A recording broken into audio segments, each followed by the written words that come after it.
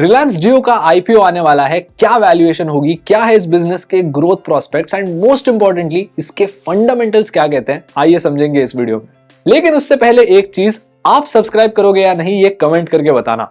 मैं आदित्य अयंगार सीएफए आपका स्वागत करता हूं मास्टर द मार्केट में, एंजल वन की सीरीज जो यहां हर संडे स्टॉक मार्केट से जुड़े आपके सारे सवालों का सिंपल लैंग्वेज में जवाब देती है। जियो आईपीओ की सारी डिटेल्स आपके साथ शेयर करेंगे, लेकिन उससे पहले एक और काम कर दो, चैनल को सब्सक्राइब कर दो, बेल आइकन दबा लो और वीडियो को लाइक कर दो ताकि ऐसी ही हाई वैल्यू एजुकेशनल वीडियोस आप तक पहुंचती रह सके। हाल ही में हंडे इंडिया का आईपीओ आया था 27,870 करोड़ का, जो भारत का सबसे बड़ा आईपीओ था टिल डेट। लेकिन अब जियो का आईपीओ इससे भी बड़ा हो सकता है, 35 से 40 हजार करोड़ का। इनफैक्ट जेफरीज जो एक इंटरनेशनल ब्रोकरेज फर्म है, इनका यह मानना है कि कंपनी 10 लाख करोड़ के वैल्यूएशन को टारगेट कर रही है और प्रोस्पेक्टस मार्च 2025 तक फाइल किया जा सकता है। अब यहां पर एक इंपॉर्टेंट चीज समझनी बहुत जरूरी है कि एक आईपीओ नहीं बल्कि एक स्पिन ऑफ लिस्टिंग हो सकता है। दोनों में बहुत फर्क है। एक आईपीओ में क्या होता है, ऑफर ओपन होता है, अगर आप चाहो तो सब्सक्राइब करते हो, आपको शेयर्स मिलते हैं और ये शेयर्स एक्सचेंज पर लिस्ट हो जाते हैं। और जियो की जो पेरेंट कंपनी है आरआईएल, उनका जियो में एक स्टेक होता है। लेकिन स्पिन ऑफ में बहुत अलग प्रोसेस होती है। अब ये क्या है वो हम समझेंगे, लेकिन उसके पहले इसके फायदे समझिए। मैंने आपसे कहा ना कि अगर एक नॉर्मल आईपीओ होता है तो पेरेंट कंपनी यानी रिलायंस इंडस्ट्रीज का जियो में एक स्टेक होगा। इससे एक प्रॉब्लम आता है, इस प्रॉब्लम को बोला जाता है होल्ड को डिस्काउंट। और ये प्रॉब्लम ना कॉन्ग्लोमरेट कंपनीज के साथ आता है, जैसे रिलायंस जो ऑब्वियसली एज यू नो एक कॉन्ग्लोमरेट है जो अलग अलग सेक्टर्स में ऑपरेट करती है।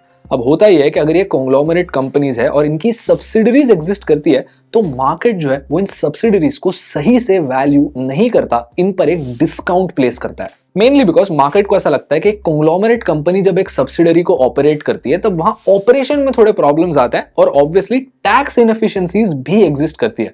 तो अगर ये कॉन्ग्लोमरेट अलग है और सब्सिडरी अलग है तो मार्केट उसकी वैल्यूएशन और सही से करती है। एक बहुत ही सिंप्लीफाइड एग्जांपल से समझते हैं। मान लीजिए जियो की वैल्यूएशन है $100 बिलियन और रिलायंस जाकर जियो में 50% स्टेक खरीद लेती है इन्वेस्टमेंट करके।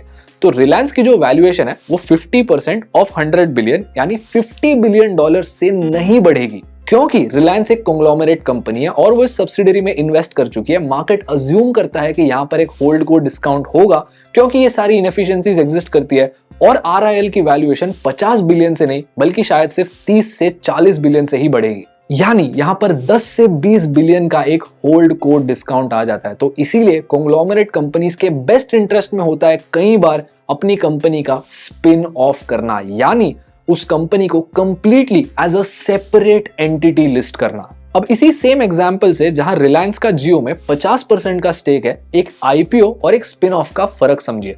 मान लीजिए एक नॉर्मल आईपीओ हो जाता है तो जियो के शेयर्स लिस्ट हो जाएंगे और आरआईएल का जियो में 50% का स्टेक होगा जो अनचेंज्ड होगा। लेकिन यहीं पर अगर एक स्पिन ऑफ होता है तो आरआईएल का जो स्टेक जियो में था 50% का, वो चेंज हो जाएगा, वो बिल्कुल भी नहीं रहेगा, क्योंकि आरआईएल के जो सारे शेयर होल्डर्स है इनको अपने शेयर होल्डिंग के हिसाब से जियो के शेयर्स फ्री में दिए जाएंगे। ये सुनने में थोड़ा कंफ्यूजिंग होगा, लेकिन इसको इस नजरिए से देखिए। मान लीजिए एक इंसान है जो रिलायंस इंडस्ट्रीज का 50% ओन करता है और रिलायंस इंडस्ट्रीज जियो का 50% ओन करती है, तो ये बंदा इनडायरेक्टली जियो का 25% ओन करता है, बराबर। अब मान लीजिए जियो का आईपीओ नॉर्मली हो जाता है और ये इंसान चाहे तो भी अपने जियो के 25% स्टेक को नहीं बेच सकता क्योंकि वो इनडायरेक्टली ओन्ड है। और यहीं पर अगर जियो का स्पिन ऑफ हो जाता है तो इस इंसान को अपने 25% के जियो के स्टेक के हिसाब से प्रोपोर्शनेटली जियो के शेयर्स दे दिए जाएंगे और अगर ये चाहे तो अपने स्टेक को बेच भी सकता है। तो इससे ज्यादा लिक्विडिटी भी आ गई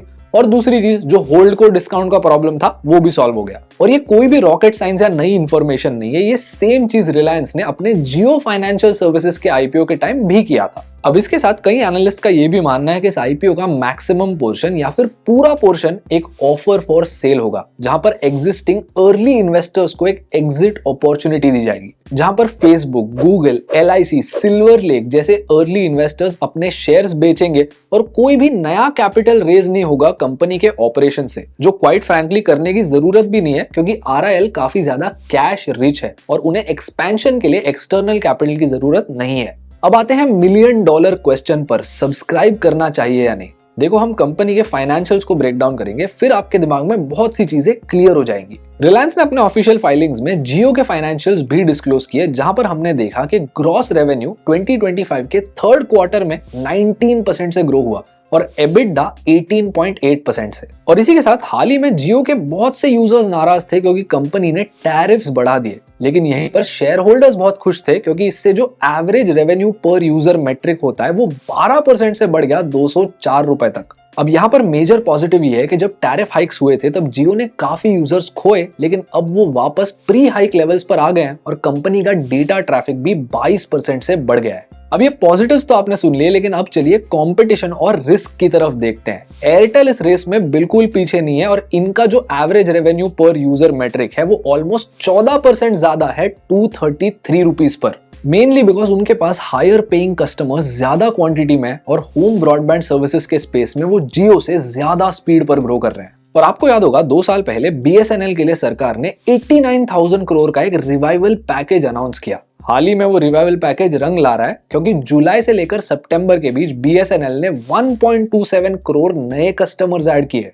पॉइंट बीइंग, भारत के सारे प्राइस सेंसिटिव कस्टमर्स जियो और एयरटेल को छोड़कर BSNL की तरफ जा रहे हैं और इन फैक्टर्स की वजह से जियो का मार्केट शेयर कब तक हाईएस्ट रहेगा, इस चीज पर सवाल आ जाता है। अब देखो, टेलीकॉम सेक्टर में ऑपरेट करना काफी चैलेंजिंग है और इस IPO की सक्सेस काफी हद तक डिपेंड करती है वैल्यूएशन पर। जैसे ही कंपनी अपना प्रोस्पेक्टस फाइल करती है तब हम एक और वीडियो बनाएंगे, लेकिन अब तक जो सारी चीजें आपने सीखी इसके बेसिस पर कमेंट करके बताइए कि आप सब्सक्राइब करोगे या नहीं। और अगर आपने इस वीडियो से कुछ नया सीखा तो लाइक कीजिए, चैनल को सब्सक्राइब कीजिए और बेल आइकन दबा लीजिए ताकि ऐसी हाई वैल्यू एजुकेशनल वीडियोस आपसे मिस ना हो। मैं आपसे मिलूंगा अगले संडे, तब तक के लिए keep learning and keep improving.